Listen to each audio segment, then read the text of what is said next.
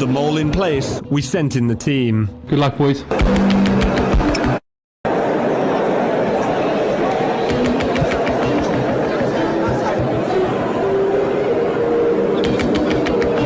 With them all in place, we sent in the team. Good luck, boys.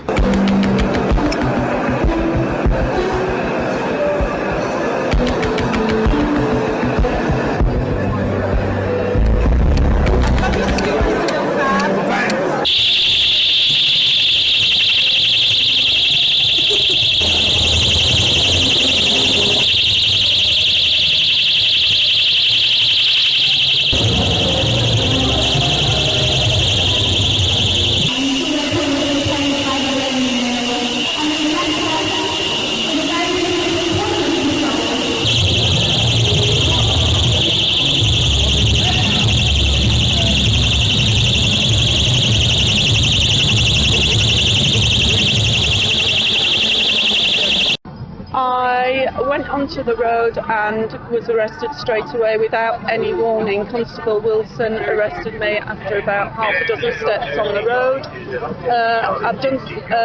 And I've got my grandson coming tonight.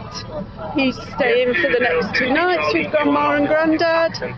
And he told me when I saw him last week, the first thing he said to me was, "Grandma, the fish in the pond are dying." He's 5. The fish in the pond are dying because it's too hot for them and they can't breathe. And I'm doing this for him.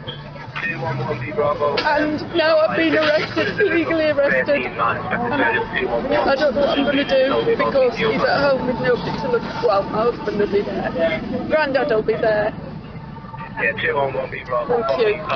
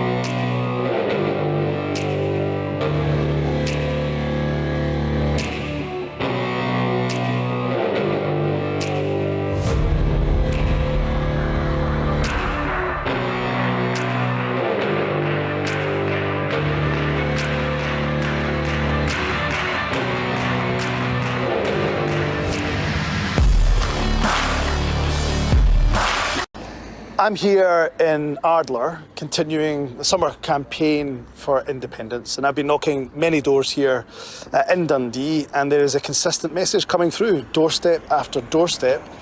People are telling us that they simply do not trust Keir Starmer to stand up for Scotland. We know that he has committed to keeping the cruel 2-child limit and rape clause brought in by the Conservatives. What people in Ardler, what people in Dundee, what people in right across Scotland want, they want a real alternative.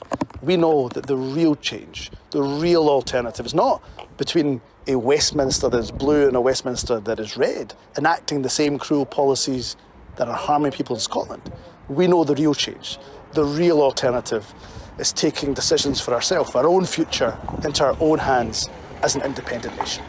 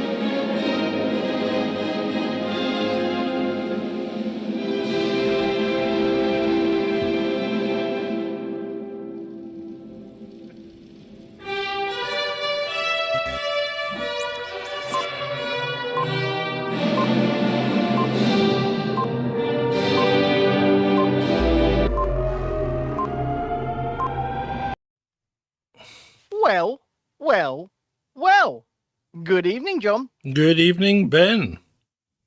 How are you? Speak to me. Give me some level. I'm giving you some level. I'm caressing your eardrums as if I were talking to a lover. How did he sound, people? Does he sound all right? Do I sound all right to you people? Do I sound good? Do I sound grand? Do I sound, some might say, Mellifluous. sexy? So, there you go. So, Dreadeye, I think you only have one channel on because although there was sound on that motorcycle thing, it was only coming through one channel because I flung it together at very short notice. But there definitely was sound on it. There was, because I came in and I checked it and I unmuted the YouTube video and I could hear the but only in my left ear. Only in my left ear. So there you go. There you go. Just for your info. Perhaps John accidentally forgot to broadcast that part in stereo. Yeah, yeah. It is what it is. And No, that's strange, Ben. That's strange. The CPU's calmed down now. has it? Yeah. Do you want to know what's also strange? What? You're streaming, and I can see you perfectly. Yeah? Usually you're a blur to me during this show. You look wonderful. Do I? To me right now. Yeah, perfect. I'm looking at you. I'm looking at you right now. Yeah, go raise your eyebrows for me. Go on, give me a. There you go. I see them. I see them. I do. I see it. Okay. Julie says he got sound when we hit the notification bell. And yes, that is something, ladies and gentlemen. If you haven't hit the notification bell already, that appears to be the way to stick it to the algorithm. So hit the notification bell and help us grow, as well as subscribe and all of that. And right now, hit that share button. Come on. You can see it. It's right down there. Hit it. Hit the share button. Now, if any of you, like me, are parents in the south of this fair country, today was the first proper day of the school holidays. 6 weeks we've got these kids for, and it's going to be hell. It's going to be hell. That's why John is drinking. He's already hit the bottle up, and his kid's a teenager. Oh, you know, the kids up here have been offered since the end of June. Oh, bloody hell! So you're nearly done. No, middle of August to go back.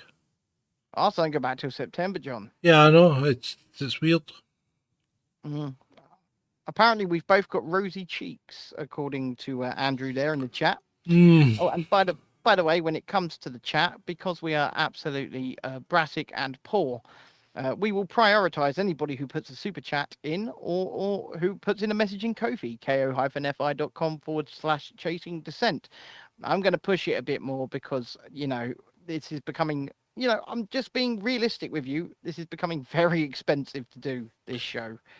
And we need money. And to be fair, we don't earn anything off of YouTube. We're going to do a video of how much we actually earn off YouTube, aren't we, Ben? But we're going to show you it all. We're going to show you everything. We're going to show you our ad revenue. I mean, we've been monetized on YouTube for what, 2 months now? Yeah. We haven't earned 20 quid yet. In that whole 2 months. Yeah, because YouTube are disingenuous and fly. Let's just say, we'll just call them fly, because everything that goes, every live stream that goes out gets put on not suitable for all advertisers as soon as it finishes, which means we hardly get any revenue from it. But you get all. And then 5 days later. Yeah, you get all your views up front. So all the views that we have up until we then have to put it in for manual review, and about 5 days later it gets passed, and we maybe get 2 or 3 views after that, which earns us nothing. Nothing. We are getting absolutely screwed. So all of our views, none of our views on these live shows are. We might as well forget them. Really, as when it comes to building revenue, we might as well forget them because. Yeah. YouTube are taking that revenue away from us. And then, like we say, 5 days later, they go, oh, wait, yeah, no, actually, it's absolutely fine. Suitable for all advertisers. But they don't backdate it. No. Because obviously they haven't run ads on all of the while we've been yellow. And yet, you put up a 37-second Hamza clip not as a short, but as a video. And it makes like 5 pence, which is 5 pence more than we get on a live stream. I wish we were bullshitting you. I really do. But like John said, there is going to be a video coming out in the next week or two that will show you absolutely everything in depth, what they're doing to us, and how much money we're not making off of this platform. It's becoming quite unsustainable unless we can grow to like 10,000 subscribers, and I don't see that happening this week. Then we can get a partner manager, and then we might actually get something sorted on the back end. But until we get to that point, we're just going to have to continue to grin and bear and accept this. So, and to help us out, what to do is just keep donating to Ko-fi, because if you can, if you can afford it, and all we're asking for is value for value. So for the price of a cup of coffee, we're putting out in excess of a Netflix season every week. If you think about it. We're putting out more than 6 hours of content every week, which is more than a Netflix season. And you get that free of charge. So, value for value. If you value what we're giving you, give us a little bit of what you would pay Netflix. We're not asking for 15 quid a month. If you want to pay that, that's great. If you can afford that, that's great. But all we're asking for is something, you know? And really, the price of a cup of coffee these days is what? 2, 3, 4, 5 quid, so that's it. We just need cash. I know a lot of people want to send blankets or water. Just send your cash. So Trudy asks if we thought about the new 1VSP platform, which is just brand YouTube with a new handle. And I'm not going to go into it, and I don't want to go into it, but I'm just not sure that's going to work for us. I'm going to be completely honest with you. Well, it didn't work before.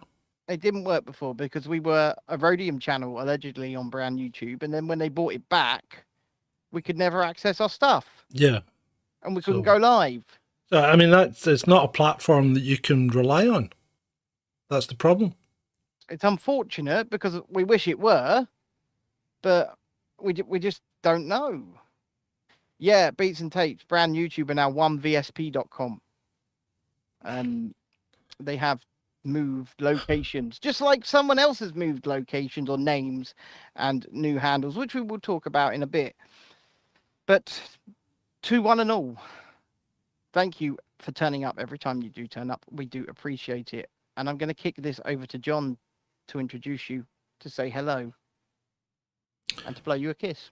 Hello, citizens of the interwebs. Citizens of Veridora, thank you for attending this, episode 238 of Chasing Descent Live, with me, John, and with Ben. Cause I don't give a fuck what you say. Yeah, I'ma do shit my way. So you can go kick rocks, I'ma stack bricks up, build what I want to make. Yo, I got a lot of shit to say, so I'ma do this every day. I'll be writing things until I'm fucking buried in my grave.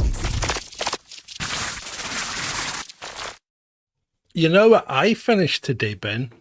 What did you finish today? I finished Your book? Pardon? Your book? No. I told you I'm going to write that over the winter. No, I finished the recut of All In intro. Oh. So new All In intro coming. Looking forward to it.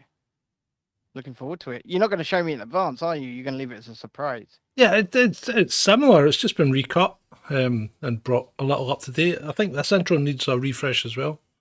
And you know what else needs a refresh, right. Ben? What's that? The trailer. Yes, I know. I'll sort it out.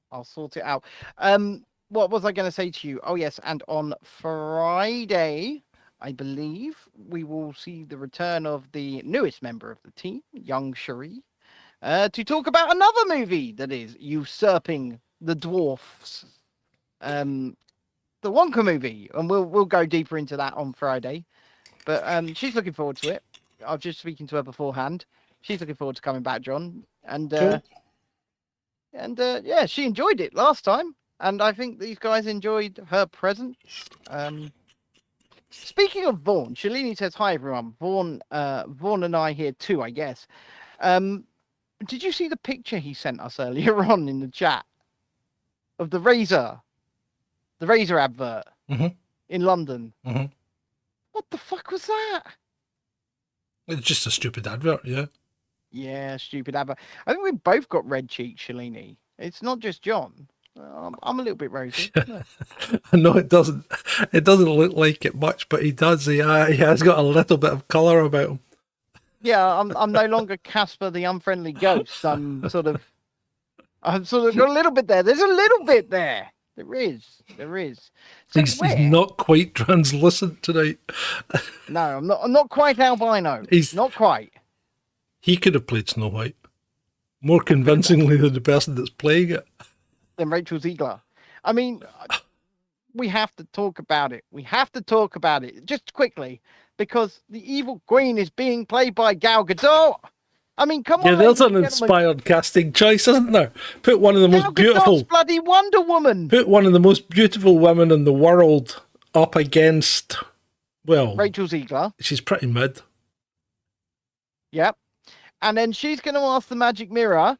Wonder Woman is going to ask the magic mirror who the fairest of them all is. And it's going to lie to her. To lie to her. It's going to lie to her. It's going to lie. Ben doesn't have a filter. I don't have a filter in many respects, to be honest. But yeah. It's going to lie. It's going to tell her that, I mean, let's face it. If this were reality, she would go, oh, mirror, mirror on the wall, who's the fairest of them all? And the magic mirror would pop up and go, you adult. I don't even think he'd do that. I just think he'd pop up and go, really? Why are you asking? Really? but you know what? Each to their own. Each to their own. There's probably people out there going, what are these guys talking about? Gal Gadot's a pig in nickels, you know? But there are also people that think like Zendaya is one of the most beautiful people on the planet. Who? I just don't understand that. Who? You should look her up. Zendaya. I've no idea who you're talking about. I don't understand that. Yeah, she's pretty. I'll be quite happy to say that, but I just don't think she's up. You know, that's just my personal opinion. It's my personal taste. I don't know. Okay. Yeah. Anyway, right. Where should we go? Where do you want to go? I'll tell you what. Let's start then. Since we're starting with let's start. As we're talking about Pretty Women, let's start with with a little tidbit. What about Big Mike running for president with Newsom as the running mate? Is that true? No, I'm just wondering. I'm just saying. What about it? Do you think Big Mike would run for president? Well, let me. Has she got the balls to do it?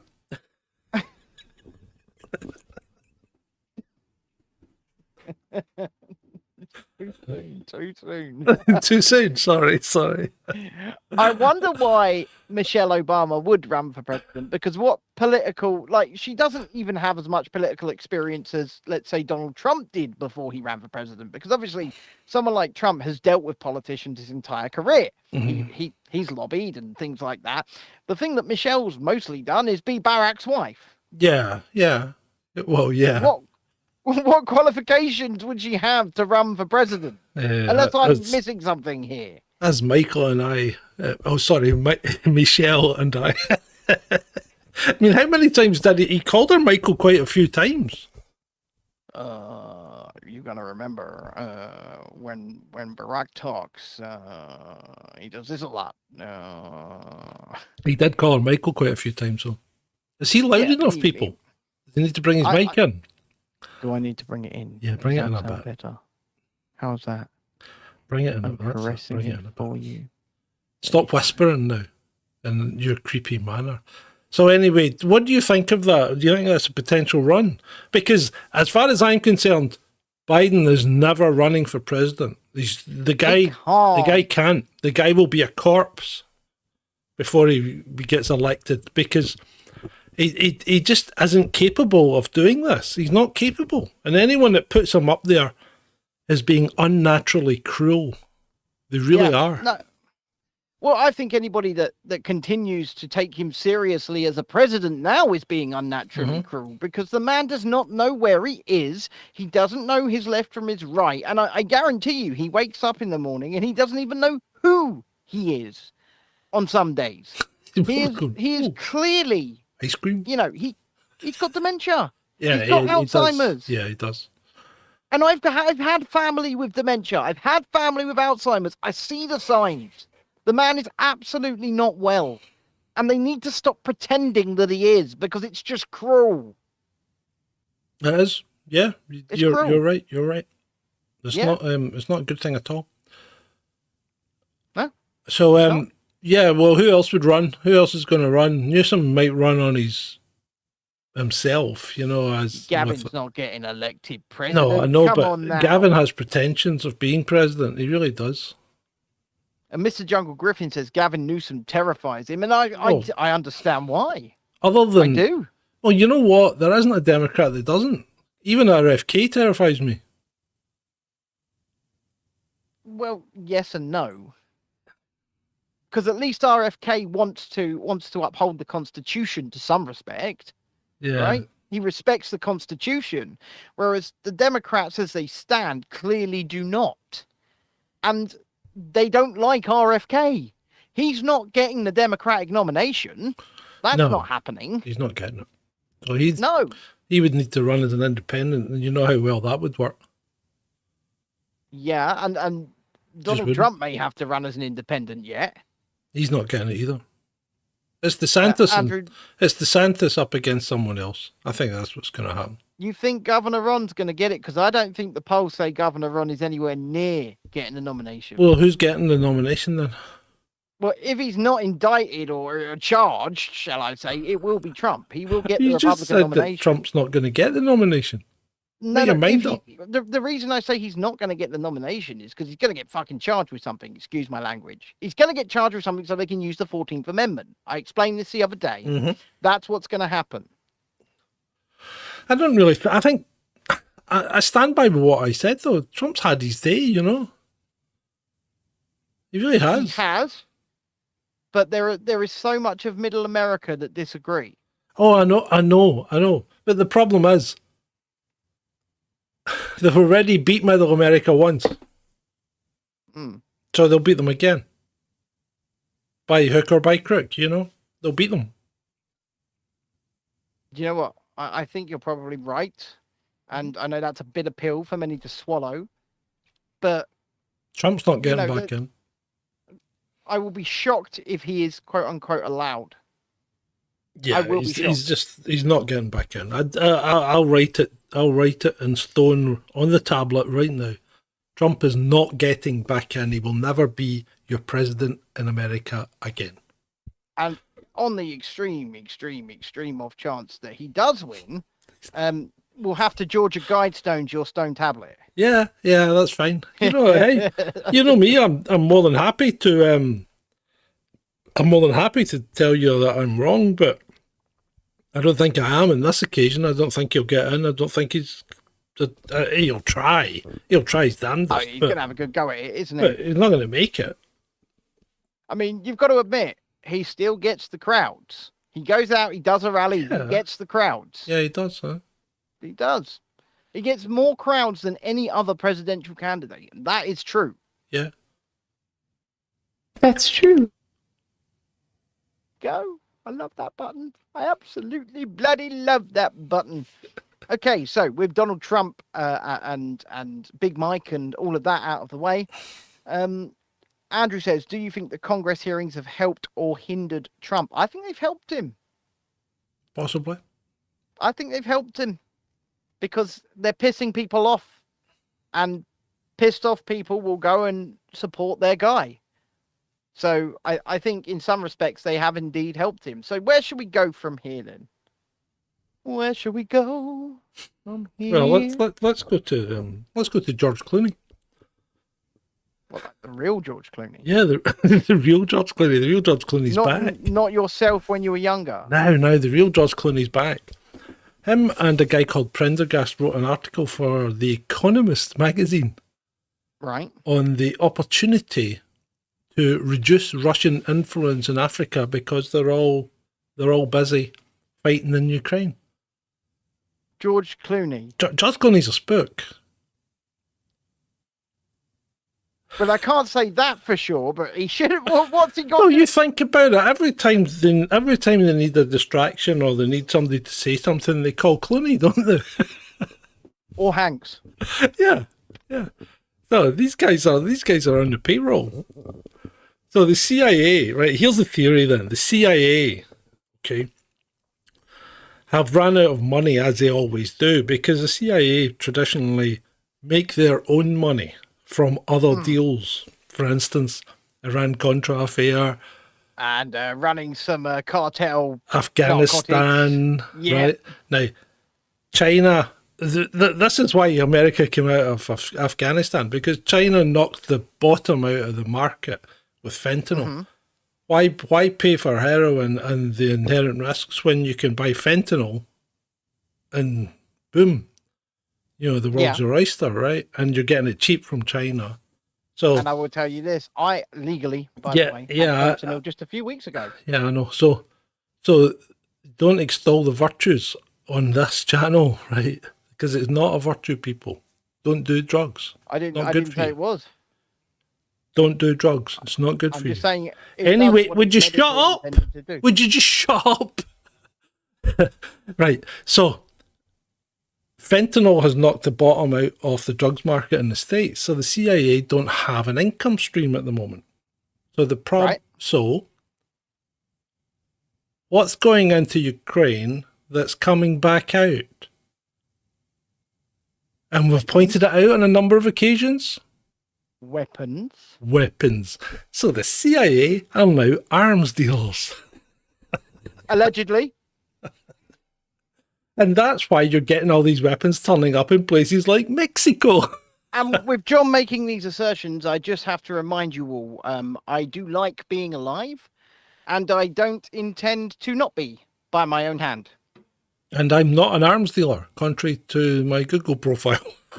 It wasn't you. Oh, my God. Do you remember that? For those of you who don't know. Of course it wasn't me. I'm not an arms dealer. For those of you who don't know, when I was being harassed and doxxed, they went after John as well. And then they said he was an Iranian arms dealer? Saudi, I think. Saudi Arabian arms dealer. Yeah. And they brought up this Google profile of a man with John's name and said, look, see, he's doing a show, he's doing a podcast with a Saudi arms dealer. And on the very article or profile that they sent, there was a picture of the guy. Yeah. And it clearly wasn't this guy. It wasn't me, no. Of course it wasn't me. I'm not an arms dealer. And they're like, look, he's a Saudi arms dealer. So if I was a Saudi arms dealer, do you think I'd be here doing a podcast? Maybe we did make some capital out of it, though, didn't we? We did a wee sketch and things. We did, and I mean, I will say this, right? This morning we was on a meeting, and then all of a sudden he got a call. It's like, has the stuff arrived yet? Has it arrived yet? and then he ran away really quick, and I thought, he's running again, isn't he? No. No, I was making movies this afternoon, and I was waiting on the second green screen coming.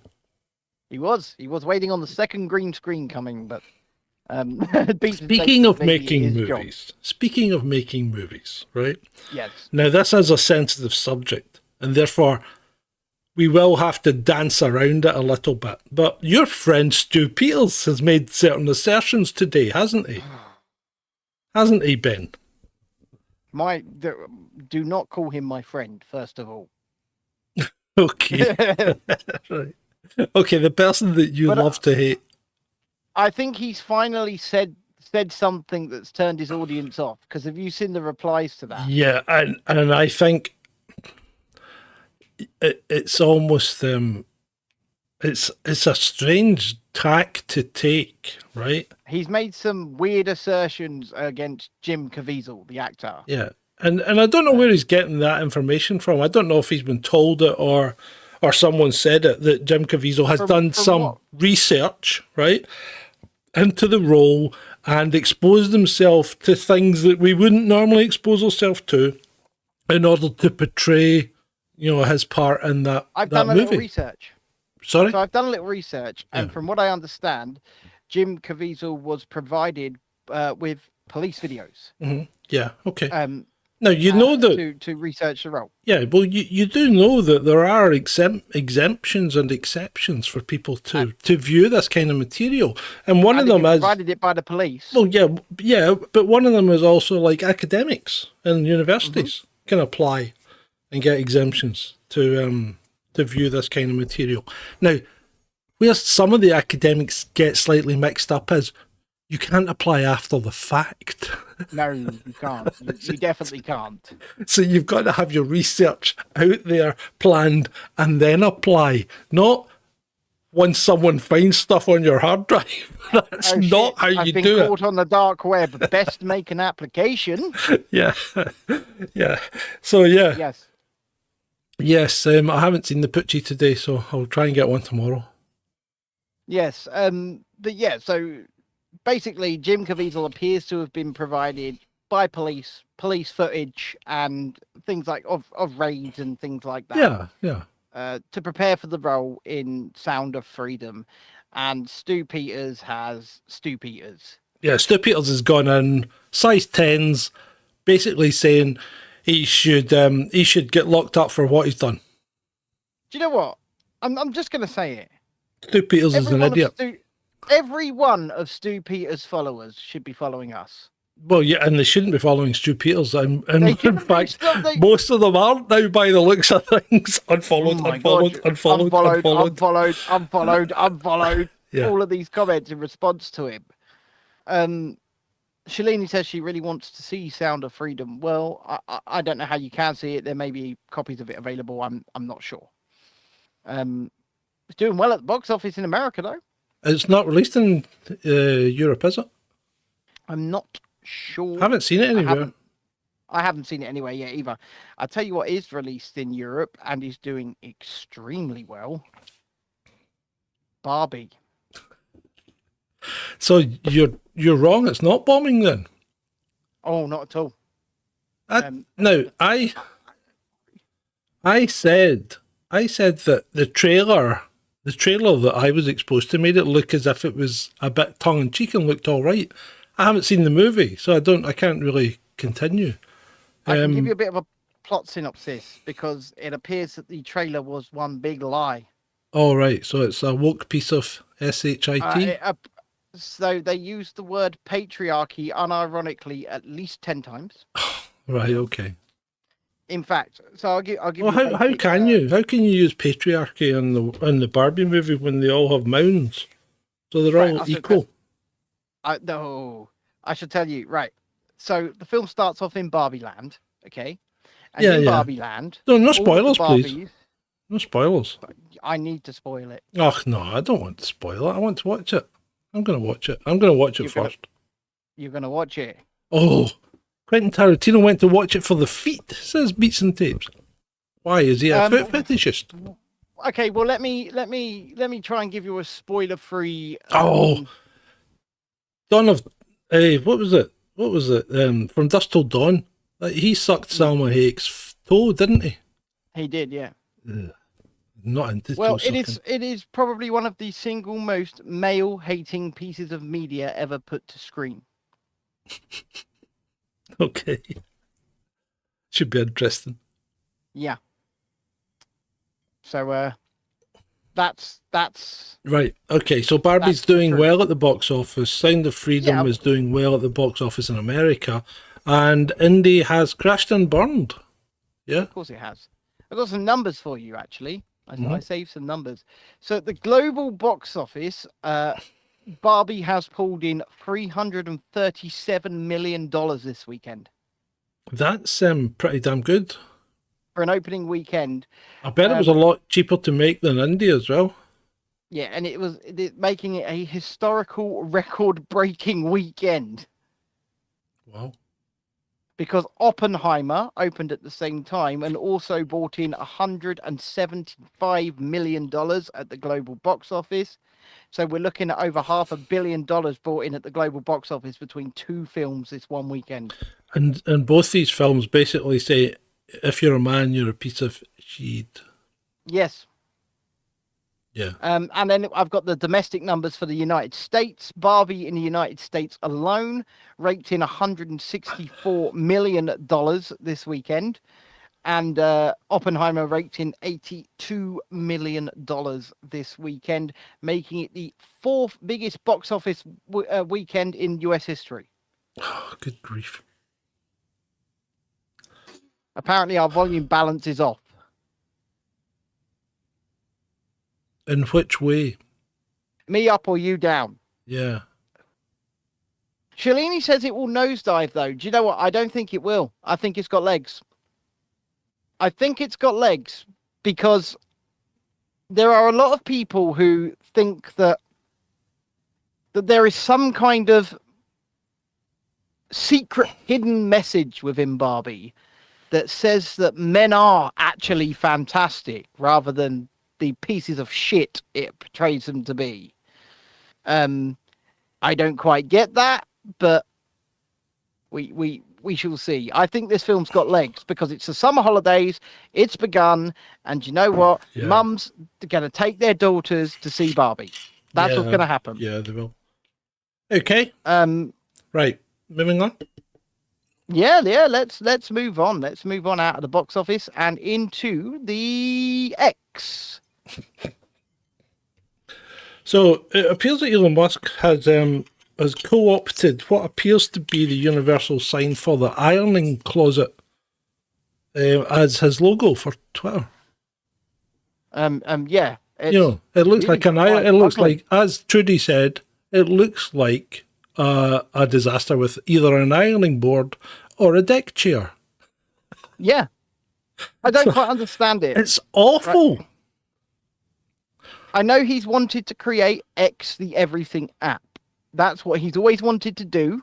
He's wanted to do this allegedly since PayPal. And it is the reason that he purchased Twitter, so that basically he didn't have to build it himself. He had a base platform. Go on, keep talking. We'll do the wine of the week in a minute. Put it down. Jesus Christ. We'll do that in a minute. Be calm, Vaughan. Be patient. Good things come to those who wait. We're talking about the X, formerly known as Twitter right now. X, But yeah. the unknown. Well, it is the unknown, isn't it? Because let's face it, despite the fact this rebrand has happened, do we think we're going to see major changes to the platform, or is it just going to be bloody Twitter? Well, this is like one of the worst rebrands I've ever seen. Because nothing, I mean, you think if you do a rebrand, you don't just change the main logo and that's it, because that's all that's changed. Everything else is identical. Yes, the name has changed. Yeah, but the logo... To X. Yeah, the logo has changed and that's it. Everything else is identical. The colours are all the same. The interface is the same. Nothing's changed, right? It's not a rebrand. It's just a stroking of an ego. I mean, I'm just looking into my my profile right now, and I go down to where it says Twitter Blue, and it still says Twitter Blue. Yeah. Should it not say X Blue? It's just ridiculous. Why should it even be blue anymore? Should it not say X Black or X White? Ooh. We can call ourselves X-Men now, though.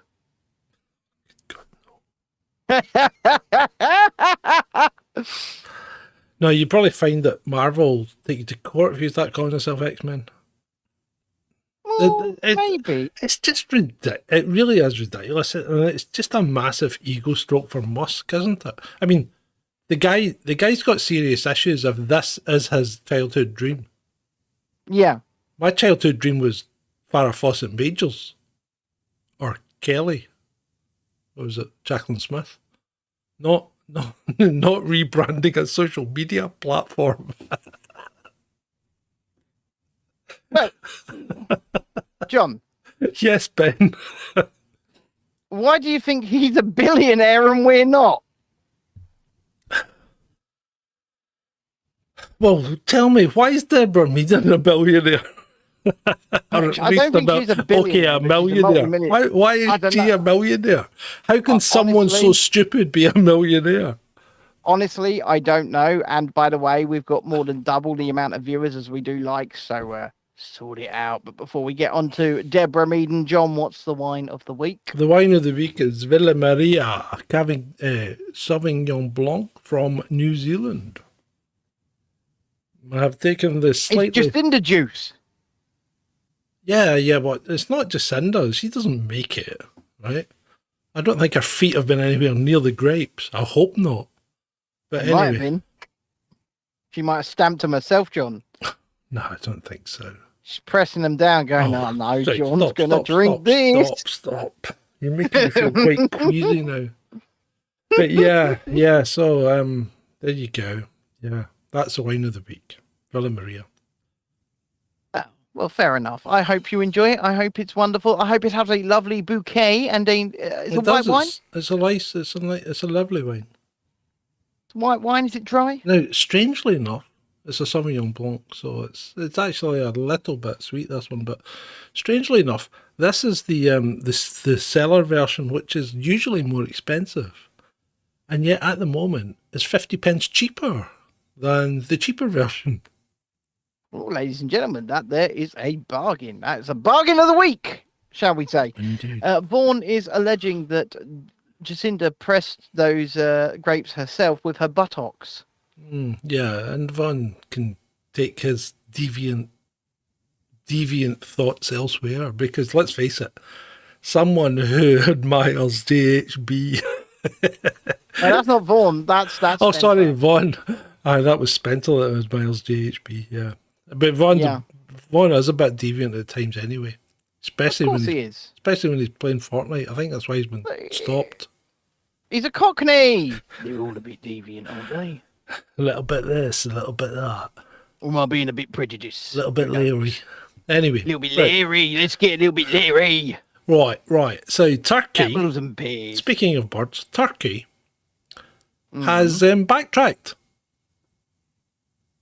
It's Now they backtracked. want Sweden to join? It's backtracked on Sweden's application and has now imposed conditions on it again, saying that Okay. for Turkey to support it, it has to renounce Kurdish terrorism. Because originally, this was a kind of original demand, and then they dropped it just before Vilnius or whatever and said, yeah, Sweden can join after all. You know, it's one big jolly happy club. And now they've turned around and gone, because apparently Mr. Putin had a word with Erdogan, right? And Turkey have now put conditions on Sweden joining again and will be voting on it in September. So Sweden's not joining NATO at the moment, despite what people say. Do you know what? The get out of everything free clause, Sweden is to just say you denounce all forms of terrorism. Yeah, well, possibly, but they've got to actively state that they are working against the terrorism of the Kurds. The other thing is, I'd rather not see Sweden in NATO because, you know, the country has been neutral since 1812. Why I'd rather not just see stay anybody in neutral? NATO. Well, I think we might have our wish at some point because NATO is going down the toilet. It does appear to be. Yeah, You know, if Ursula von der Leyen becomes a leader, oh God! Well, she's ruined everything she's touched. I mean, she ruined the German military, didn't she? she's like the Hamza Yusuf of Europe. Yeah, she is. Yeah, everything she touches turns to rubbish. So yeah, so there you go. Yes, So, I saw that the I- UK are doing that. I removed a comment from our YouTube channel today. Speaking of Hamza Yusuf, right? Oh, what did they Because say? they simply accused you of going after Hamza Yusuf because of his colour. Oh, that's not fair. That's not fair at all. That's not fair. I'd go after him So- because of his lack of intellect. So I have a question. Go on. So, and this is I'm gonna word this. Are you not allowed to criticise somebody if they're a different colour to you now?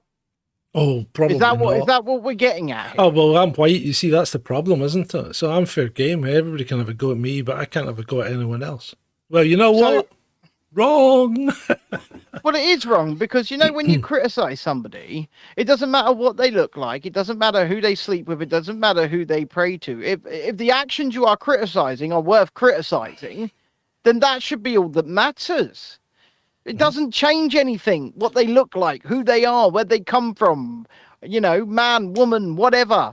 It doesn't change anything. If they're doing something that's bad, or if they're doing a terrible job, they're doing a terrible job, and it's worth criticizing.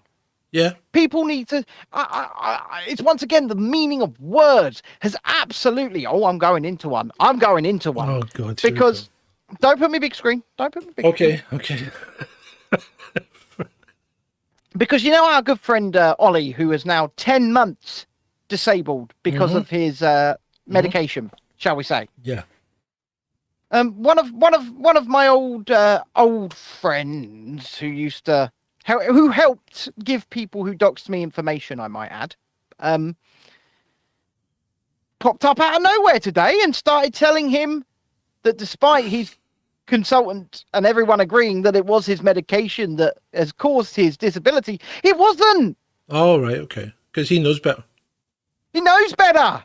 Yeah, that's good. That's good. Hey, and then he's calling him, because he said that it was, called him a far-right conspiracy theorist. People have absolutely lost their goddamn minds. They have lost the idea. Well, they've lost the ability to know the meaning of words. Yeah, yeah. You know, the word racist, what does it even mean? Well, it doesn't mean anything anymore. It really doesn't, because it's been overused. Right, what does it mean? Overused. They've lost all meaning. Conspiracy theorist, what does it mean? Because when he asks questions, you know, Ollie responds, what exactly are these conspiracy theories that I expect? No answer to that. Yeah, yeah, I know. Because there's never an answer. Well, it's like it's like your pal Brent. He came back hard, didn't he? After I accused him. Still waiting for his response. He said he contacted me when they're ready to come on the show. Yeah, he's not coming back. He's not going to come back. He's not coming back because he's not getting what he wanted. No. He wanted a fight and he didn't get a fight because we're reasonable people. We are reasonable people. Well, I like to think we're reasonable people. And I like to think... And we're not actually conspiracy theorists. That's the problem. And this is why we're doing so badly. Because we're reasonable people. We take the middle ground. We look at both sides and we come to a determination that is, after all, our opinion. But it's a reasoned and thought out opinion. And that's not what people want. People don't want that. People want someone to be one way or the other. They want them to be, you know, a mad lunatic raving about this or a mad lunatic raving about that. And you can't sit the middle ground. You can't be in the middle. No, you can't. You can't. But we will continue to do so. And we will continue our slow growth. And hopefully, at some point, people will realize that not only can the middle ground be, you know, the best place to sit, but it can also be quite entertaining because we can laugh at everyone. Yeah. So here we go. It's the Pakistan army. They have an army? Pakistan does have an army, yeah. Yeah, they were in, they did you not remember they were in, was it Black Hawk Down? They were in Somalia. Was it the Pakistan army or was it the Indian? Anyway, the Pakistan army has been called in to Pakistan, right? So they have taken the streets in Pakistan to keep the peace between between one side of the religion of peace and the other side of the religion of peace, right? Because it's coming up in some kind of, I think it's a festival or something called Marmara or something like that. But anyway, Shiites and Sunnis have traditionally had a go at each other. In fact, there's been quite a few killed on either side already in Pakistan to this date, this year. So the Pakistan army has been put in to stop sectarian violence in Pakistan. There you go. What does that say to you? What does that say? It says to me that quite possibly fundamentalist religion is the root cause of many problems. Well, I think religion of all types is the root cause of many problems, to be fair. I mean, there's an awful lot of evil done in the name of Christianity as well. And that's maybe not going to be a popular opinion, but, you know, it has happened in the past. The Spanish Inquisition being one. Of course it has. No one expects the Spanish Inquisition. Our two chief weapons are fear, surprise, and almost our three chief weapons are fear, surprise. Anyway. Shalini asks, can we... No, we need to cover the... Look, Shalini, how long have you been coming here? We cover the heavy stuff first, then we get lighter as we get towards the end. We've only been here for 45 minutes. Good grief, woman. Oh, love you. We do. We love you. Love you loads. Love you more if you were shorter. But anyway. You know, I'm only joking. Right. So, actually, this part is for Teresa, I think. The decline of the dollar. The decline of the dollar. Well, I'm going to sit back. I'm going to let you explain this. Right. So here we go. Now, I've been banging on about this for months.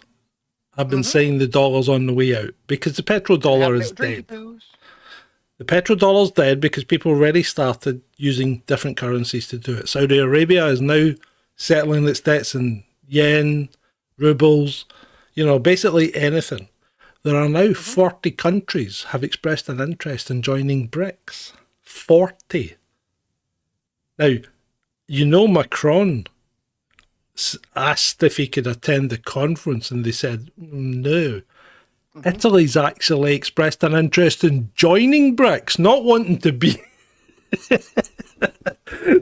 not wanting to come to the conference. They want to join BRICS, right? So the dollar is dead. And now the big problem here is, and you can check back if you wish, but what's China been doing for the last 5-6 years with its gold? It's hoarding it. It's been hoarding it. It's been misreporting the amount of gold that it's mining because it hasn't gone up, right? And it's been buying up gold from Western countries. Yes. So on a coarse estimate, China has probably about 30 times more gold than it says it's got, right? So it's got loads of gold. Yes. Russia's got plenty of gold as well. South Africa obviously has plenty of gold. America's a bit light in gold, and I think the UK's got no gold, right? So the problem now is, and why the petrodollar is important here is because people needed dollars to settle up their, petroleum bills, because you couldn't buy oil without only traded in dollars. It was only traded in dollars. You could only settle your oil bill in dollars. And to get dollars, you had to buy it from America by whatever means necessary, i.e. by trading. But no one now needs, right? Oh, anyway, right, we'll come back to that. No one now needs to get petrodollars, okay? So no one needs dollars to settle up their oil bills. So the problem now becomes that America's going to need to get some of the currency of choice, which, whether it's a BRICS nation or whatever, it needs to have some rubles, it needs to have some yen, it needs to have, whatever they're using, whatever Saudi Arabia trades in, okay? So to get that, they're going to have to use gold to buy them. And when they buy them with gold, all those dollars that are circulating in the Far East to pay for oil is going to come back to America. And inflation, you know better than I, Ben, but inflation is going to go boom. Because it doesn't matter how much money America prints, if nobody needs their dollars, their inflation rate is going to go sky high. and America is just going to become Shitsville. So this is not the time to be investing in anything American or the dollar. Well, you could be right. You could well be right. I see, unfortunately, the only way to get out of this and resolve this is probably going to be a world war. Or the alternative is a central bank digital currency. Because they can control the amount of currency in operation really quickly and effectively. From which I understand, as of today, I believe, Vladimir Putin has just authorized a Russian central bank digital ruble. Oh, of course he will. Yeah, of course he will. But the question is has ruble going to be backed by gold? Because if it's backed by gold, then that still gives it some credibility. It gives it some credibility, it gives it some gravitas, but still, it's a central bank digital currency, of course, which can be controlled. Why do you of course it can. Why do you think Russia would be any different from anyone else? I didn't say they wouldn't be, but what I'm saying is this is beginning to accelerate.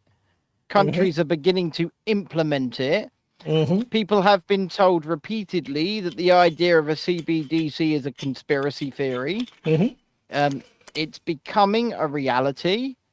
It is something you should fear because it's your freedom. Yeah, of course. It's your freedom to transact out of the window. It's not only your freedom to transact, it's your freedom to live. It's your freedom to travel, it's your freedom to purchase, it's your freedom to do anything. Because as soon as they can put curbs on your expenditure, they can put curbs on your entire life. Of course they can, because I said it before, and I was being hyperbolic when I said it. It was about 1.5 years ago I said this on the show. But at some point, they could turn around to you. You say you're at McDonald's or KFC, and you go to pay with your digital currency, and it pops up, you've consumed too many calories this week. Yeah. You can't have this. Yeah, well, I mean, you're knackered, because as soon as they say your sugar consumption, they're just going to go, boop, you're off. You've cut off at the knees. Right, anyway. So there you go. There you go, Teresa. So that's what's happening, and really, I think the West is going downhill. So I think you need to be very careful about if you're going to invest money, where you're going to put it. I would probably stick to commodities, and one of those commodities probably wouldn't be gold. And this is not financial advice in any form. No. But you have to do your own research. But I think I would probably be looking towards silver rather than gold. But that's just me. What I will say is this. Or some other precious metals might be okay. This is gonna sound once again hyperbolic, but you need to look at the people who are running or wanting to be your leaders and your politicians, and if any of them try and sell you this dystopian nightmare as something positive, they are not working for you. They are your enemy. It's that simple. It is that simple. Yeah. Once again, I don't mean to sound over the top. I don't mean to sound hyperbolic. But if they are actively working to implement things that are going to curtail your freedom, they're not your friend. You're right. And I'm with Tony. If I could, I would be buying a bit of steel and a lot of lead and brass. But yeah, we can't do that here, Tony. Oh, fair enough. Let's move on, because that was quite heavy. Yeah, well, it has to be said, because, we've been banging on it. Well, I've certainly been banging on about it for a few months, and when it starts to pan out, you've got to keep your audience up to date, Well, you've got to, and at the end of the day, you want to hold on to cash. You want to hold on to the ability to freely transact and to do it privately. Yeah, well, yeah. I mean, as soon as you go down digital, then I mean, and You've got no privacy. But that's their argument. There is no privacy. That's because then you can't do things that are illegal. But there'll always be a way of doing things that are illegal.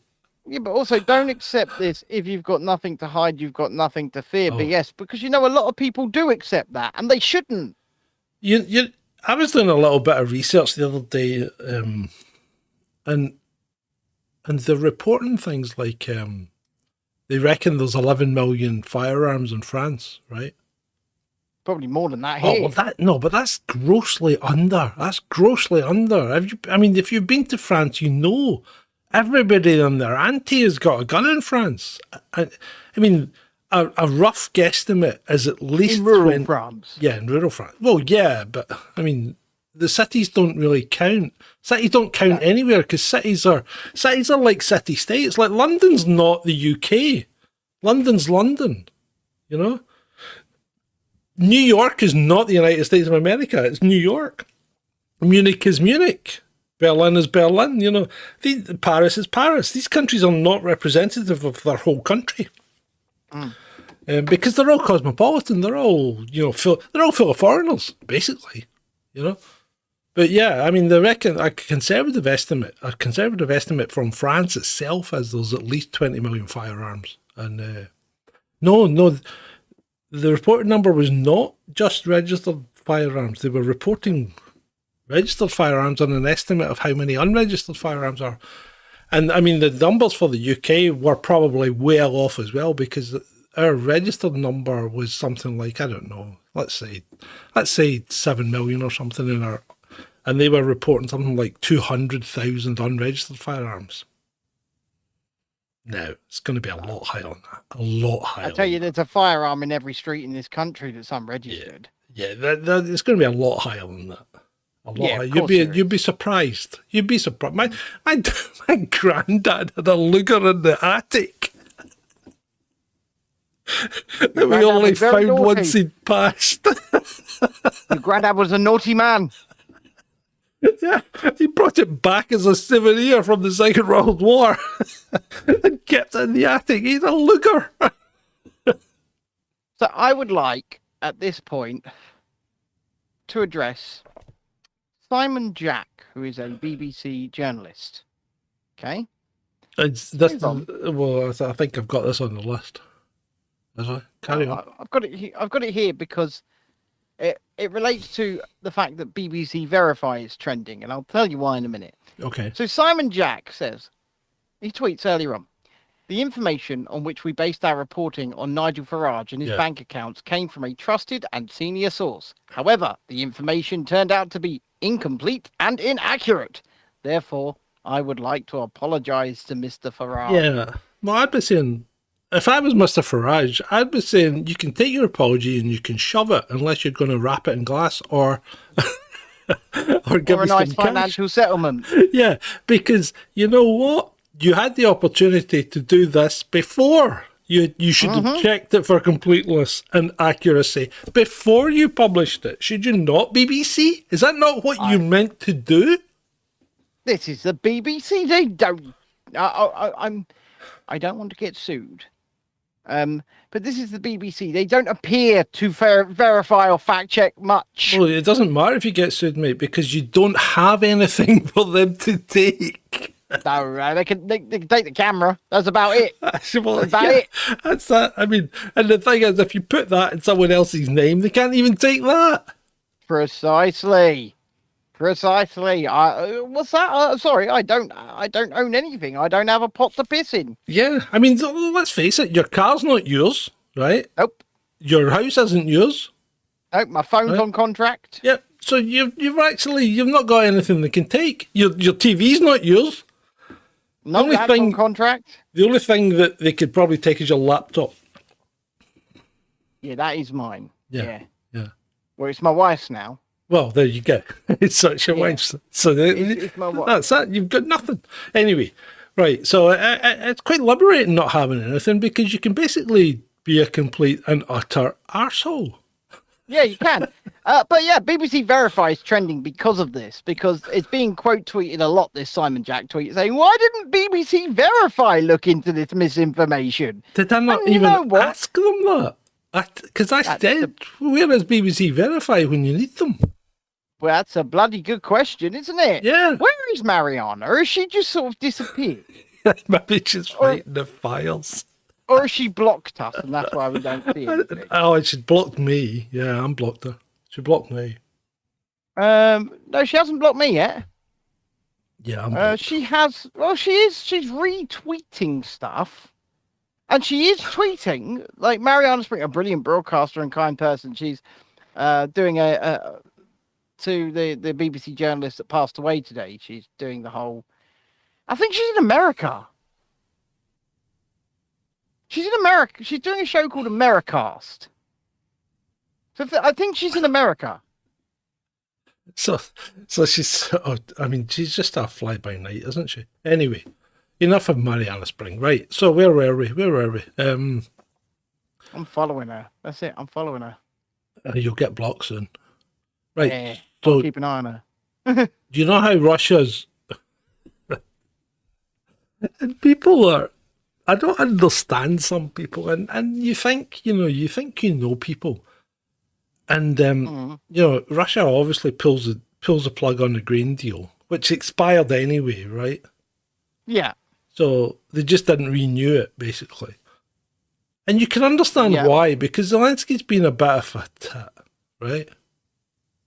I mean, let's call it for what he is. He's attacking civilian infrastructure in Crimea, which he still claims is his, right? So why would he want to blow up his own civilians? Sorry? So if he claims it's his, he's attacking his own civilians. Well, yes, exactly. And they're still firing on the power plant. It's like, I mean, people are like, it's unclear who's firing on the power plant. Hold on a minute. Who's in the power plant? Russians. Yeah. So why would they be firing on their own men?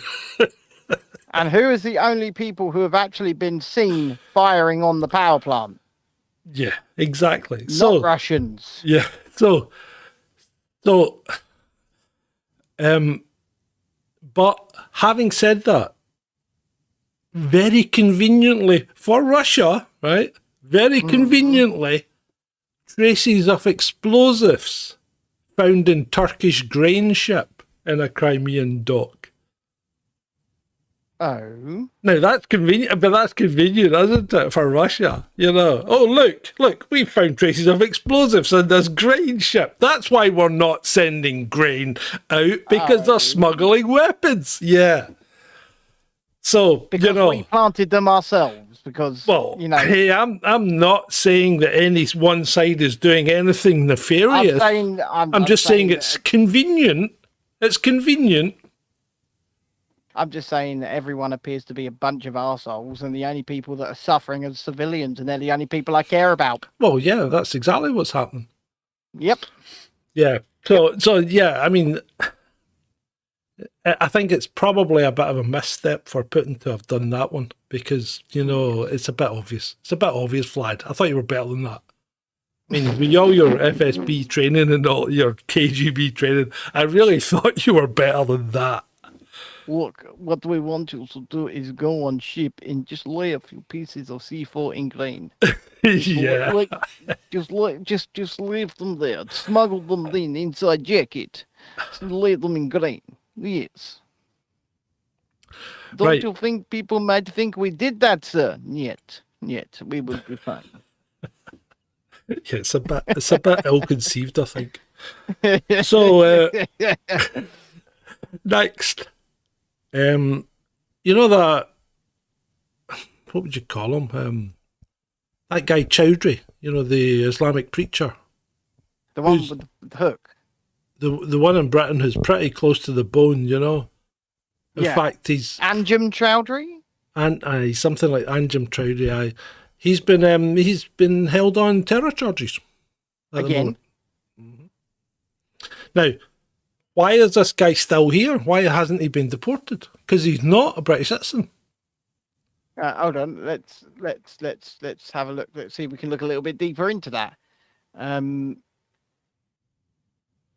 So yeah, Adam Troudy issues statement. Apparently. Oh no. Okay, Andrew Troudy charged with directing a terror organization. Mm-hmm. Yep. It's He lives in East London, was arrested. Can't read it. It's the Times. Sorry. So, Andrew Troudy, 56, is charged with directing a terror organization and addressing meetings to encourage support for a prescribed group. He's been charged with 3 terror offences after being arrested last week, including allegations he directed a terror organisation. Chowdhury, 56, of East London, was charged yesterday with membership of a prescribed organisation contrary to Section 11 of the Terror Act 2000. He also faces charges of addressing meetings to encourage support for a prescribed organisation contrary to 12.3. Of the Terror Act 2000 and directing a terrorist organization contrary to Section 56 of the Terror Act 2000. Mm-hmm. Yeah, you're right. Why is he still here? Why is he still here? Why was he? He's been accused of this many times. Yeah. It's been quite obvious he's been doing this. Yeah. Why is he not gone? For some time. Why would we want somebody who is actively encouraging others to harm our way of life and harm civilians here? Because that's what directing those sorts of organizations is doing. They're not sending them out elsewhere. They're getting them to commit acts here on our soil. Yep. To our. Why would we want those sorts of people who are doing that? Here, and Andrew says Abu Hamza is the one with the hook. That's right. He is the one with the hook. Yeah. So this guy's been in Britain for a while, but that's no reason to keep him. No, that is no reason to keep him. That is no reason to keep him. He should not be here. He shouldn't. He should not be here, and he should not be able to walk freely here. Well, like he has been able to for years. He shouldn't be allowed to preach hate, which is what he does. He preaches hate against the indigenous population of the UK. Yes, he does. And there's no other way of putting it, you know. He's on a religious crusade.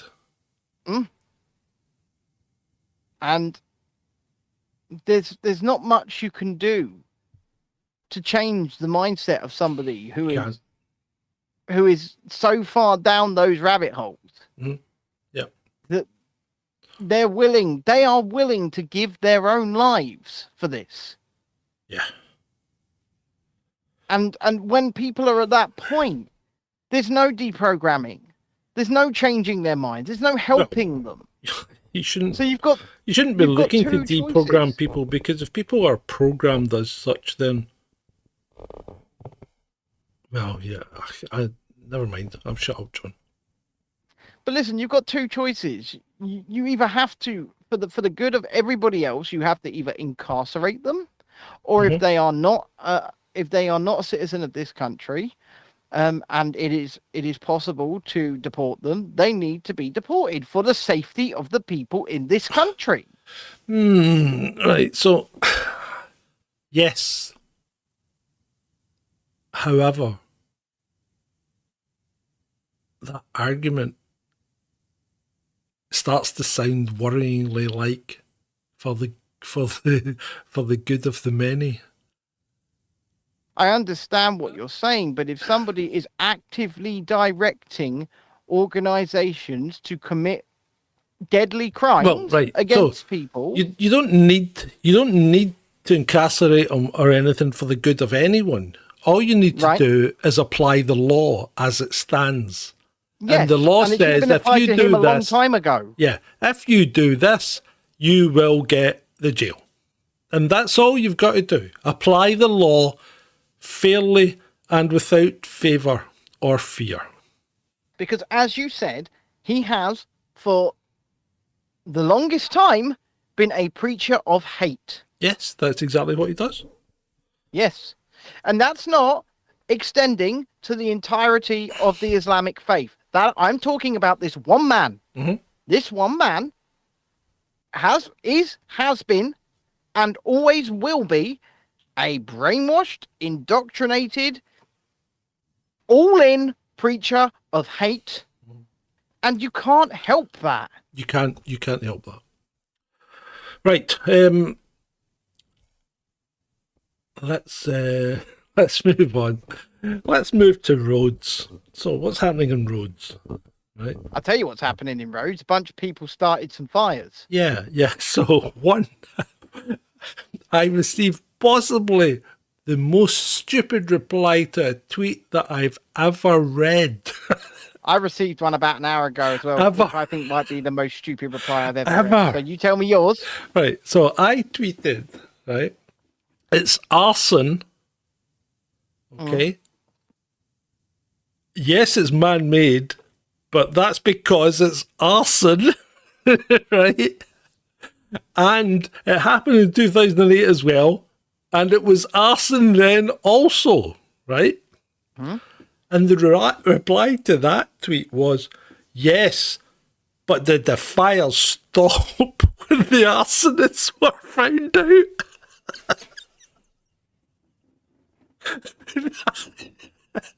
I think you look like a defeated man. I think I've just beat your stupidity, your stupid tweet. So resident British extremist climate nut job Roger Hallam, you know who he is. Yeah, I know who Roger Hallam Right? is. Yeah. He runs Just Stop Oil. Yeah, He yeah. started Extinction We did Rebellion. that an expose on him, didn't we? So he tweeted earlier on, 11 hours ago, he tweeted, "The end of the world. In a decade, people will no more likely holiday in the Mediterranean in the summer as they would go to the Arctic in the winter." This road thing, right? So I responded to him, "Roger, they are fleeing arson." Right? Yeah. So someone has come. I've actually got 3 responses to it. I bet they're all negative, but I can only see one, and it says, "Even if it were, it's exacerbated by the climate." So apparently, yeah, no, right. So apparently, I've got to repeat what I said because I was laughing too much. So the reply to my tweet about the arson, right, was yes. Oh my God! Hold on. I've got another one. Hold on. So the reply to my tweet about the arson was yes, but did the fires stop when the arsonists were found out? I mean, come on. Come on, people.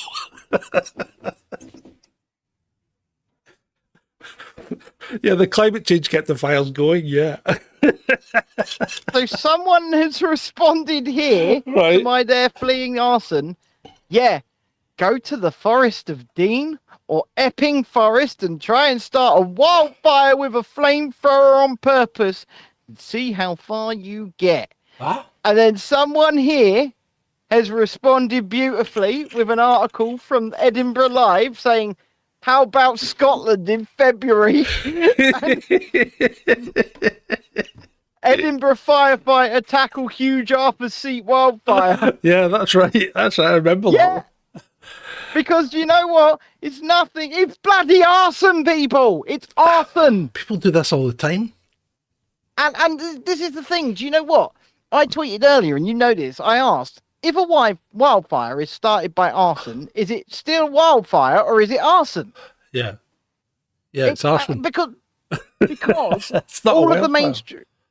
all of the mainstream media articles are hinting that this is probably arson now, but in roads this is, but are still calling it climate crisis, calling Right, it. okay. This is a human mismanagement problem. And we've been doing this for multiple decades now. Decades, right? We've been doing this. And what we've been doing is we're not letting forests burn. No. So we get little fires and we put them out. Yes. And what that does is it just builds up the dry tinder. It just builds up and builds up and builds up. And then eventually it goes and bang, you're going to have a big fire no matter what happens, right? So my contention today was, wouldn't it be better just to let nature manage its own bit and see how it gets on? Because you know what? See if you get the odd fire that burns stuff. You know what? What's the big deal? If you don't build in a forest and don't stop building on floodplains. I mean, see that one did you see the one in Italy where the cars were getting scooted down the street? Yes. Apparently that was a dry riverbed that they built a town in. Why would you do that? Because there's always a chance the water's going to come back. It's like if you're walking in the desert, you don't walk down dry riverbeds if you see clouds in the very, very, very far distance, because there's going to be a flash flood. You definitely don't. You're absolutely right. Honestly speaking, these people, once again, we'll go back to the idea of indoctrinated, brainwashed. Yeah. And it brings me nicely onto, because we're talking about my responses to Sir Roger Hallam. I don't know if he is a sir who thinks he is anyway. I hope he's not, for real. But Roger Hallam is the founder and leader and organizer of Just Stop Oil. And they had a little bit of a celebration, didn't they, John? Yeah, well, they were having a dinner, weren't they? Well, a banquet, they were calling it. The Just Stop Oil banquet. It didn't look, it looked like trestle tables set up in a hall. It wasn't much of a banquet, was it? It was in a church, wasn't it? It was in a church. Yeah. Lovely high ceilings, though. Yeah, that was an inspired move, wasn't it? So a bunch of people who were working undercover for, I believe, a bunch of media outlets. I think it was the Daily Mirror. But or was it the Daily Mail? One of them. They infiltrated Just Stop Oil and hung out with them for a few days. And then they turned up at this banquet. They turned up at this banquet with some orange helium balloons, didn't they, John? Yep, they and what was attached to them? What was attached to those? Those alarms that go off when you try and steal something?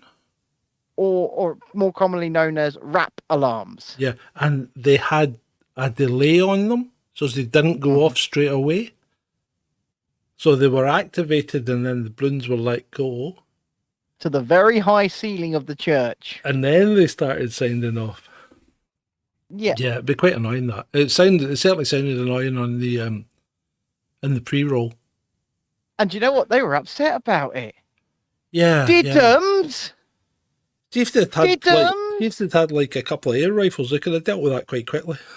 They could have done, but remember, these are the people that keep pissing off everybody else. Yeah, it's a shame that. It's a shame. It's a bit of a shame. It is a shame. But I can't condone that kind of behaviour. You know, they destroyed those people's dinner, you know.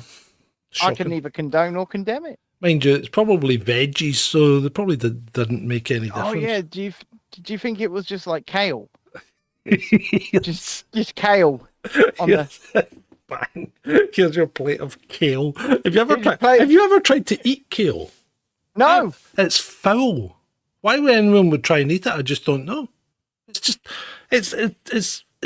it's not something that humans should be eating. I tell you what, I think there's a lot that humans should not be eating, including most vegetables. Somebody posted a picture of a fridge and it was just full of fruit and veg, right? And they said, could you survive on this? And I said, well, no. Probably, but not happily, right? And then someone said, could I get some, it was Dr. Cartland, right? I'm going to start growing some veg. Have you got any tips on what to grow? And I said, veg should only be used to attract animals, brackets, meat. Why? Carnivore diet, that's the way to go. I'll tell you what, our good friend Spencer makes a great point in the chat. He says, kale, that would explain why they didn't have the energy to reach the balloons. They didn't have the ladders to reach the balloons. They didn't have the ladders to reach the balloons. And you know, I was looking, I was taking stock. I was looking around. I was taking stock of the video. Remember, this is Just Stop Oil. Yeah. Okay? They're using the electricity in the room, which is, generated by fossil fuels for the most part, to run their PA system, which would have been full of oil because it would have been made of plastic. Lots of plastics in there. Mm-hmm. There were the clothes they were wearing, the tablecloths, all oil, right? Mm-hmm. Oil. These people they don't have a clue, do they? They don't understand the concept of irony.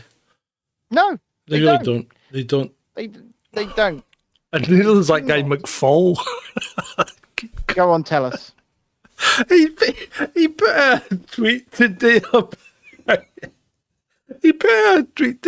about how many countries Russia's invaded since 1939, and I'm like, hold on a minute. You cannot be freaking serious, in the words of John McEnroe. You cannot be serious.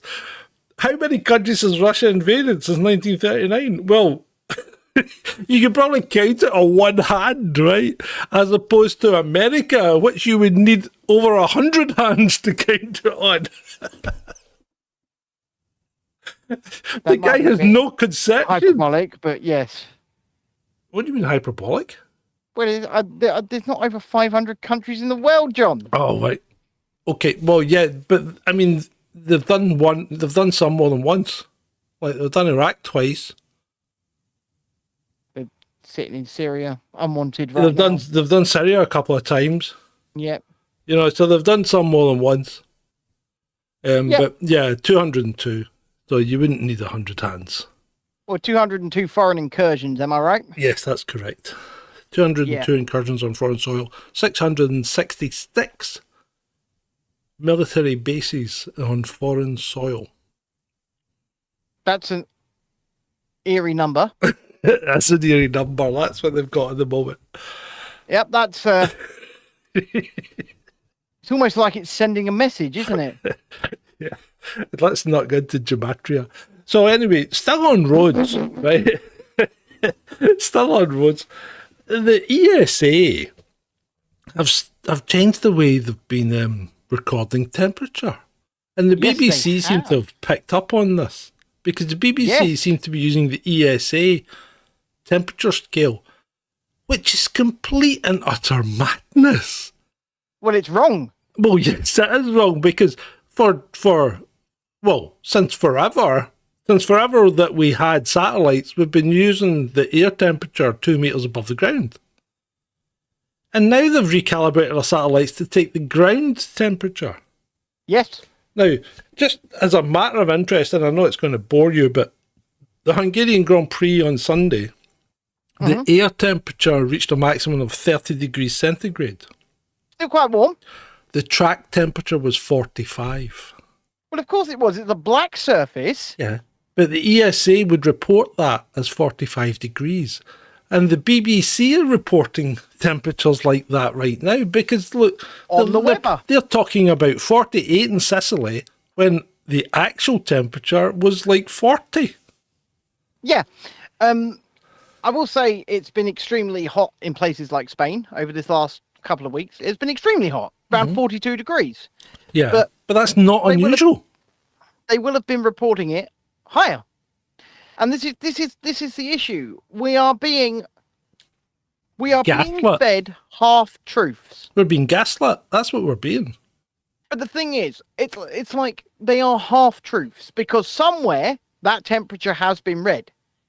But that somewhere is not somewhere that's going to affect everybody in the vicinity. No. It's a half truth. Well, it's not even a half truth. It's an outright lie because you're taking a temperature that you've never reported before. This is the problem. And then they're putting out these stupid maps with deep reds and purples on. Yeah, I know. It's crazy. It's crazy. And yet temperature doesn't work like that. The hotter something gets, the whiter it should be. He's right. He is right. You can press the button for that one. Thank you. That's true. There you go. Right. Okay. Now, before we do move on to the funnies, once again, ladies and gentlemen, boys and girls, if you do enjoy this and you do think we're providing you some kind of value, then please consider heading over to Ko-fi, ko-fi.com/chasing descent and chucking us a little monthly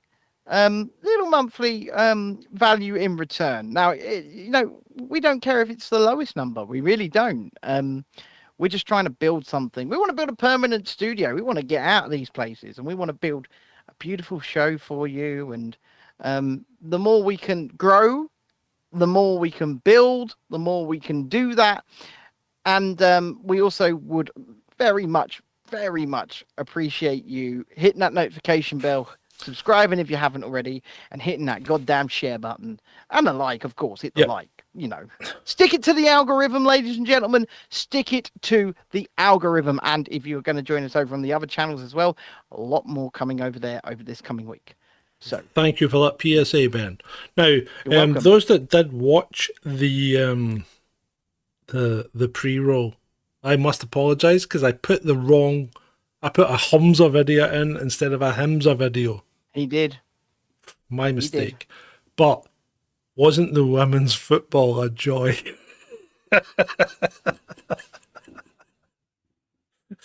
I tell you, I would actually consider watching women's football if it was like that all the time. Yeah, because that's quite funny. I'll tell you this. If that is the case, then I think maybe a women's football commentary channel might be something we come up with. Because let's face it, we could sit here with cigars on, John. Yeah. Oh my God, she's just been putting up the ass. Just and look, something else. Something else. See when they had to tackle. One of them scored an own bloody goal and she was the goalkeeper. She just kicked it into her own goal. I know, but see when they had to tackle and they got their laces intertwined. Classic. They were good. Oh. Right, okay. Right. So, moving on. So, apparently, Nicola Sturgeon spent the weekend at the Theakston's Old Peculiar Crime Writers Festival or something in Yorkshire. She's in England. She's south of the border. Yeah. She's hiding. Yeah. So anyway, I'm surprised she wasn't told not to leave the country. Because in her mind, surely the country is Scotland. Well, yeah, surely, yeah. So anyway, she spent the weekend there and said that she might consider writing the book now that she's got a bit more time in her hands. Well, apparently she might have more time in her hands coming. There are rumours. I am blocked by Nicola Sturgeon. So am I. But there are rumours. There are rumours that she's about to get charged. And we must stress, take that with a grain of salt. Oh, hold on. You don't need to stress anything. I said there are rumours. That covers it, mate. That covers it. We don't need to do any more stressing, right? Yeah. So there are rumours that she's about to get charged. And that might give her even more time to write her book.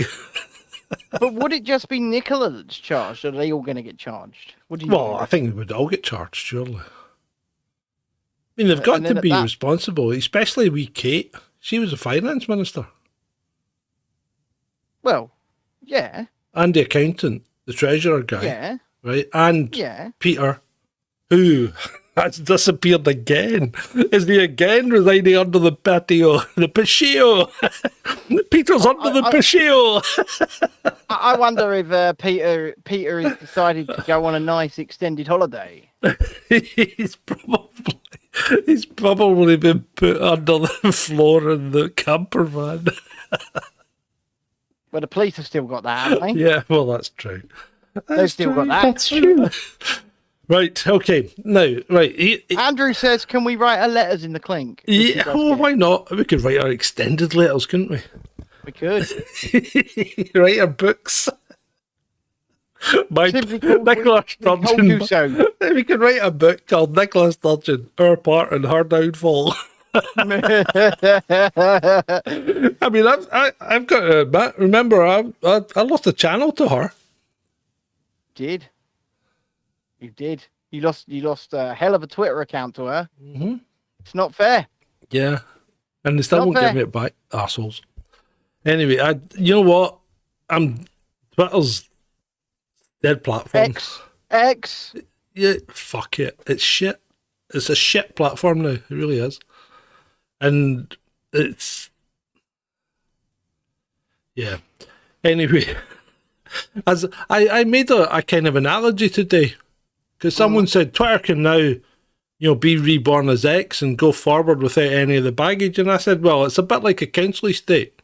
You know, when the council ship all the tenants out, revamp the estate, and then ship them all the same tenants back in. So does it become any less of a shithole once you've got all the same people back in? No. Aesthetically, for 5 minutes. Yeah, but apart from that, it's still the same place, isn't it? Well, yeah. But like I said, James Dellingpole got his account back today, finally. Yeah. His original one. So there is still hope, like From Andrew when? says. How long has he been banned? Well, that one's been banned for a long time. All right, okay. Yeah, Yeah. the whole thing's ridiculous, though. I mean, crazy. I mean, it is crazy, and it's crazy that this general amnesty that was promised, it never. Oh, it's never. materialised. It was a blatant lie. Musk I mean, blatantly lied. I would agree with you on that one. And yes, I am a person who I got my account back on Christmas Eve, didn't I? Yeah, I got my account back on Christmas Eve, but you didn't. No. And I'm still not quite sure what triggered me getting my account back. No, it's completely random. I mean, it's just a shit. The whole thing's shit. It really is. You know, it's just absolute, complete, and utter crap. Well, yeah, and I mean, just like me, you never did anything wrong. No, I know. You made a joke. I made a joke. You know. And then it turned into one. Then it turned into something else, and then it turned into something else. Right. So it's like they just make shit up, and it's like YouTube. They do the same thing. They did the same thing with you. Because let's face it, me and you have never done anything to justify a banning from any social media platform. No, I know. None. They just make things up if they don't want you there. If you're a problem, you're an inconvenience, you're a nuisance, they will just make something up. And then when they tell you, yeah, we got that one wrong, we're just going to make something else up. Yeah, but you're still banned. You know, we got it wrong. That's You what didn't happened actually to do me. it, but you're still banned. What happened to me? Yeah, exactly. Yeah. Ridiculous. Right. So, right. Let me paint you a picture. Okay. Japanese couple. Yep. Encase their feet and legs in silicone. Okay. Right. Make a mold of their feet and legs. Okay, and you think, okay, the farmers.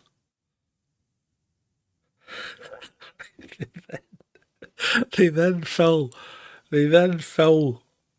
the silicone mold with earth and grow a turnip in each of the molds.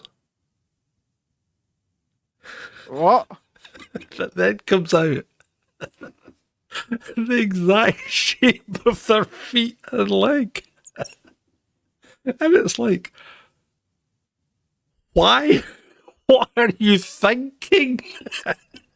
So they have this white turnip thing, right?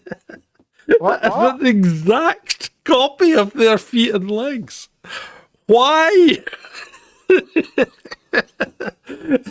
Why would people do that?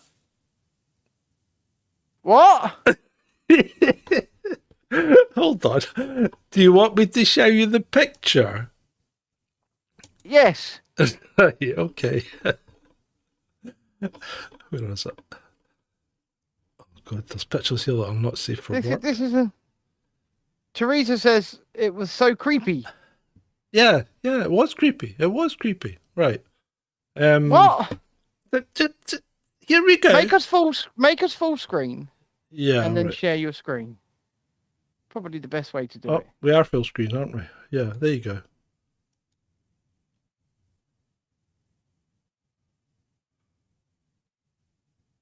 What the? Oh. No. No, that's not going to work. Right. I can see it. And I'm absolutely terrified. Can you see that? Yeah. Can you see it? Yeah. Yeah, I can see it. Why is it not full screen though? I have no idea. That's weird. Why didn't it full screen? Hold on. Right. This is not Ah, normal. right. Is that better? No? No. Yes. No, just stop. There you go. There you go. There you go. There you go. We got it.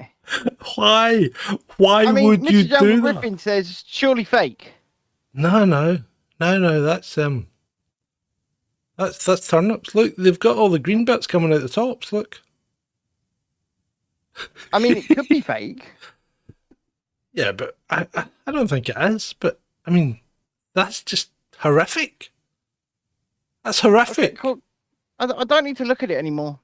Let's stop that. Let's go back to our normal view. Come on, get us back in our frames. Yeah. Come on, make sure that it's just horrible, isn't it? It's just horrible. Why would people do that? That's Japanese for you. You want to go there. I do. I absolutely want to go there. Right. So I've got 2 items left before we go freestyle. Freestyler, rocker, freestyler. Malaysia cancelled a 3-day music festival after the band, the 1975, the male singer kissed one of the male band members on stage. Yes. And criticised the Malaysia's LGBTQ policies. Now, one, he was lucky not to get the jail because homosexuality in Malaysia carries a 20-year prison sentence. So, you know, I think people don't understand that when you're in a foreign country, it doesn't matter if you're not of that country. You have to really follow their law. Even if you don't like or agree with their laws, it's their laws. It's their laws. It's their country. It's like when you go into someone's house, you know, you got to play by their rules. And it's the same when you go to someone's country. You got to play by their rules. And okay, their rules might not be right, and then you know their rules might not be progressive. But if you don't play by their rules and you end up in jail, who's at fault? You know? Well, it's unfortunately you. Yeah. It's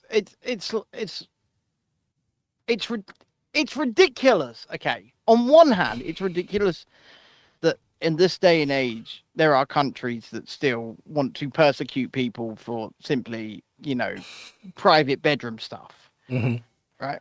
But on the other hand, and this is why I'm so torn as a libertarian, right? Because obviously, as a lefty, hippy dippy, freedom loving libertarian, I think anybody should be able to be loved, do whatever the hell they want. But is it my place to step into another society and another culture and impose my values upon them? And I'm not sure it is. Indeed. It's really it's a really tough one to get your head around. Unless you're an American, and then you just automatically assume that it is your place to impose, you know, your values on other countries. Yeah, I mean, like I say, it's a very tough one to get your head around. Because on the one hand, you know, look at places like Iran where women are being horrifically oppressed, for example. Yeah. You want to see these people free. You want to see these people not have to follow these draconian, horrible rules and laws or be punished or persecuted for simply wanting to show their hair or wear some colours or something like that. But on the other hand, that's not my country. It's not my culture. And it's such a tough one. It really is. So, with that, I have one item left.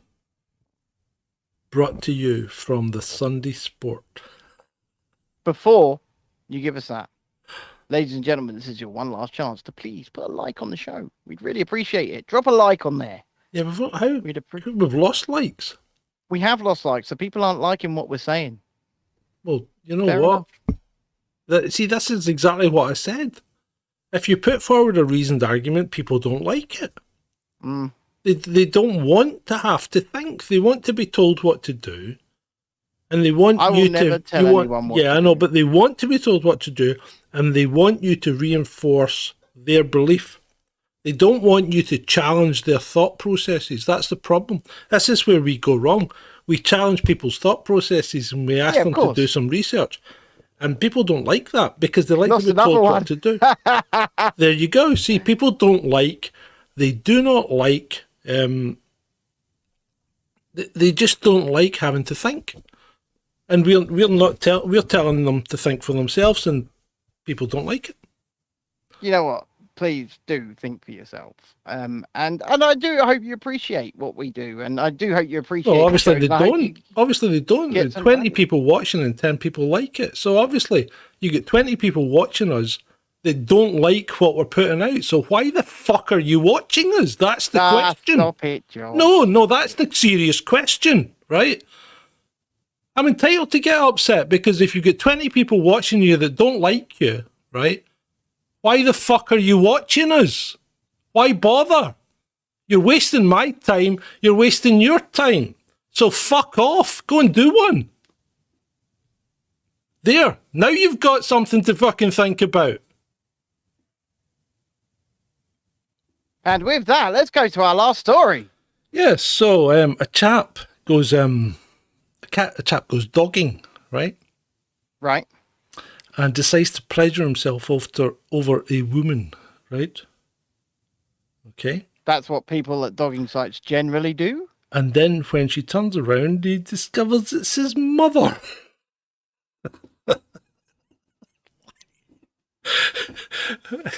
It's just wrong in so many levels, is it not?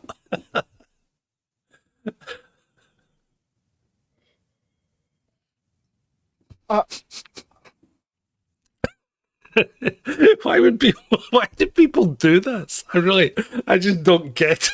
It's just bizarre. We'll see you Wednesday. Yeah. And as always, it's been great for you. Cause I don't give a fuck what you say. Yeah, I'ma do shit my way. So you can go kick rocks, I'ma stack bricks up, build what I want to make. Yo, I got a lot of shit to say, so I'ma do this every day. I'll be writing things until I'm fucking buried in my grave. 6 feet deep under, but my body won't decay. Cause my messages are timeless, so they'll put them on display. Oh yeah, I rap with a certainty, I have a sense of urgency. A message for eternity, for everyone internally. I had some people burning me, but now they fucking learn to see I ain't the one to fuck with. Now they looking nervously, and I don't really care what you think of me respectfully. You can kick rocks if you think you're fucking better, see. I will outwork you, turn you to an enemy. Hurt you so bad that you're gonna need some therapy. I got the motherfucking recipe. I've been cooking up hits, I'ma leave a legacy. You'll be looking small when you're standing right next to me. I'm 5'10", bitch, but I'm 10 feet. Cause I don't give a fuck what you say. Yeah, I'ma do shit my way. So you can go kick rocks, I'ma stack bricks up, build what I want to make. Cause I don't give a fuck what you say.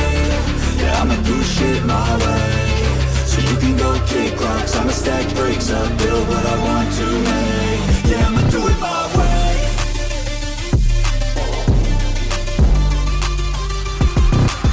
I can't contain it, I'm coming out with a statement. You really changed, man, all your music and arrangement. You don't know shit, shut your mouth, you can save it. I'm the same dude that got his come up from the basement. 100 songs, 100 weeks, didn't change it. Experiments, development, intelligence, and patience. I'll do it all again, cause I never feel complacent. Let's keep the good vibes, positivity's contagious. I'm never looking back, cause I made a life that's passionate. A college graduate suppressing all his talents, yeah. He found a way to go and change, become an advocate. For taking control of your life, go out and battle. And you think you have a dream, then act on it. Get after it, get out your head and fucking capture it. You got one life to master it.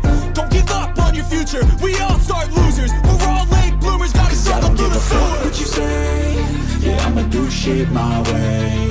So you can go kick rocks, I'ma stack bricks up, build what I want to make. Cause I don't give a fuck what you say. Yeah, I'ma do shit my way. So you can go kick rocks, I'ma stack bricks up, build what I want to make.